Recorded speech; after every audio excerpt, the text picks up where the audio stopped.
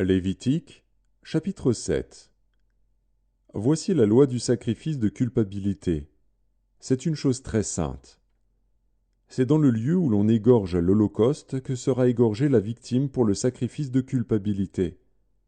On en répandra le sang sur l'autel tout autour. On en offrira toute la graisse, la queue, la graisse qui couvre les entrailles, les deux rognons et la graisse qui les entoure, qui couvre les flancs, et le grand lobe du foie, qu'on détachera près des rognons.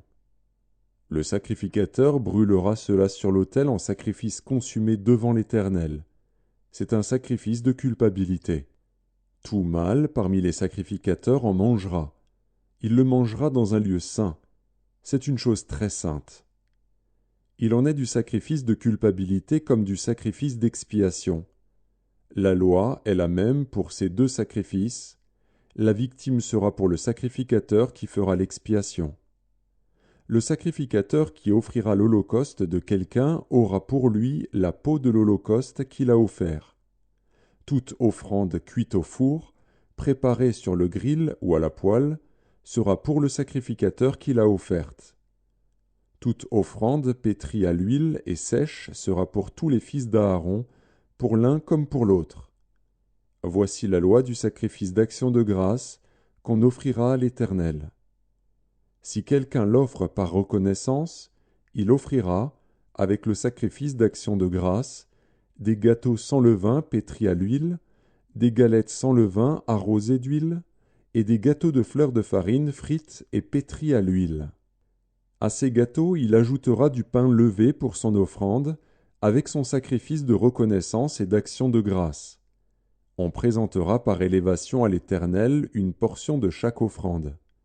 Elle sera pour le sacrificateur qui a répandu le sang de la victime d'action de grâce. La chair du sacrifice de reconnaissance et d'action de grâce sera mangée le jour où il est offert. On n'en laissera rien jusqu'au matin.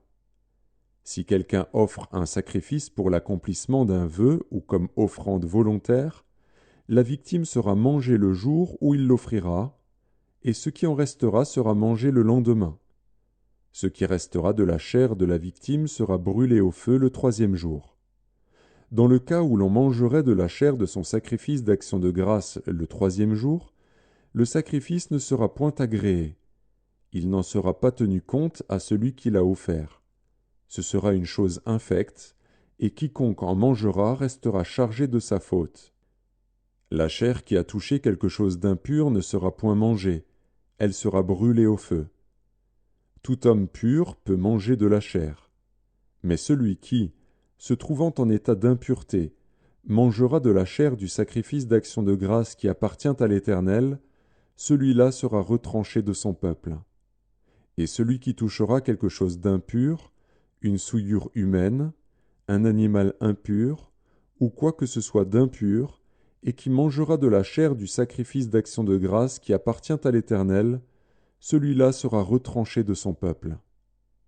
L'Éternel parla à Moïse, et dit, « Parle aux enfants d'Israël, et dis, vous ne mangerez point de graisse de bœuf, d'agneau ni de chèvre. La graisse d'une bête morte ou déchirée pourra servir à un usage quelconque, mais vous ne la mangerez point. Car celui qui mangera de la graisse des animaux dont on offre à l'Éternel des sacrifices consumés par le feu, celui-là sera retranché de son peuple. Vous ne mangerez point de sang, ni d'oiseaux, ni de bétail, dans tous les lieux où vous habiterez.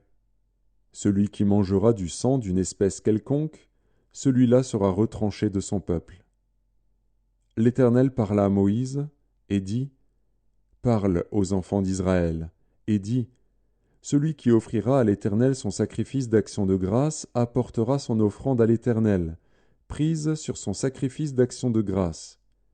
Il apportera de ses propres mains ce qui doit être consumé par le feu devant l'Éternel. Il apportera la graisse avec la poitrine pour l'agiter de côté et d'autre devant l'Éternel. Le sacrificateur brûlera la graisse sur l'autel, et la poitrine sera pour Aaron et pour ses fils. Dans vos sacrifices d'action de grâce, vous donnerez au sacrificateur l'épaule droite en la présentant par élévation. Celui des fils d'Aaron qui offrira le sang et la graisse du sacrifice d'action de grâce aura l'épaule droite pour sa part. Car je prends sur les sacrifices d'action de grâce offerts par les enfants d'Israël la poitrine qu'on agitera de côté et d'autre et l'épaule qu'on présentera par élévation, et je les donne au sacrificateur Aaron et à ses fils, par une loi perpétuelle qu'observeront les enfants d'Israël.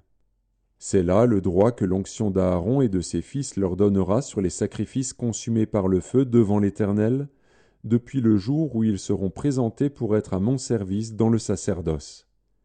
C'est ce que l'Éternel ordonne aux enfants d'Israël de leur donner depuis le jour de leur onction. Ce sera une loi perpétuelle parmi leurs descendants.